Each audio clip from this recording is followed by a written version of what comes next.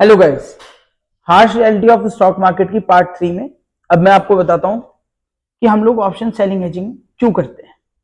Guys देखो, option selling hedging में हमारा पैसा जो लगता है लगभग अगर हम नॉन डायरेक्शनल भी जा रहे हैं निफ्टी के थ्रू तो लगभग हमें 1 से 1,10,000 रुपए चाहिए।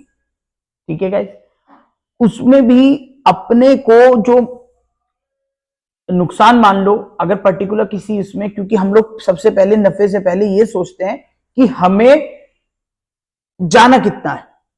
आने से पहले ये सोचो कि जाना कितना, तो हमेशा इस मार्केट में टिके रहोगे। अगर कल आपके पास पैसा ही नहीं होगा ना तो आप गाइस कभी भी इसमें प्रॉफिटेबल बन ही नहीं सकते, क्योंकि आपको यही नहीं पता कि आपका रिस्क मैनेज है कि नहीं है।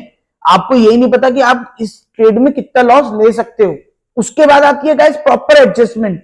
एडजस्टमेंट करने के बाद फिर आपका जो प्रॉफिट होता है वो निकल के आता है। तो गाइस ये सब एक पूरा का पूरा एक फॉर्मेट है जिस तरीके से हम लोग अपनी ट्रेडिंग को एक बेहतर तरीके से सुयोजित तरीके से हम लोग उसमें वर्क करते हैं।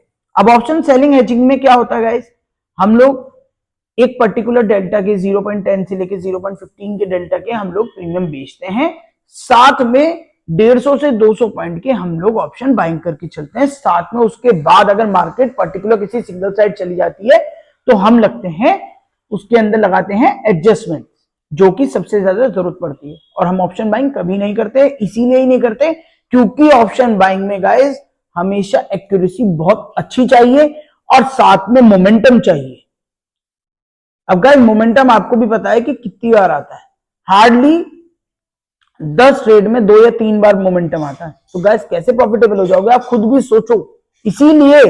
इसीलिए सेबी का डेटा ये कहता है कि 93% जो ट्रेडर्स हैं वो लॉस मेकिंग है, सिर्फ इसी वजह से, क्योंकि उन्हें ये लगता है वो 10,000 रुपए लगा के पता नहीं क्या कमा लेंगे।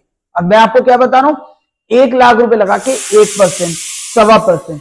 तो गाइस यही सब चीजें सोचने वाली हैं। ऐसी मजेदार वीडियोस के लिए बने रहें। इसके नेक्स्ट पार्ट में मैं आपको और चीजें बताऊंगा।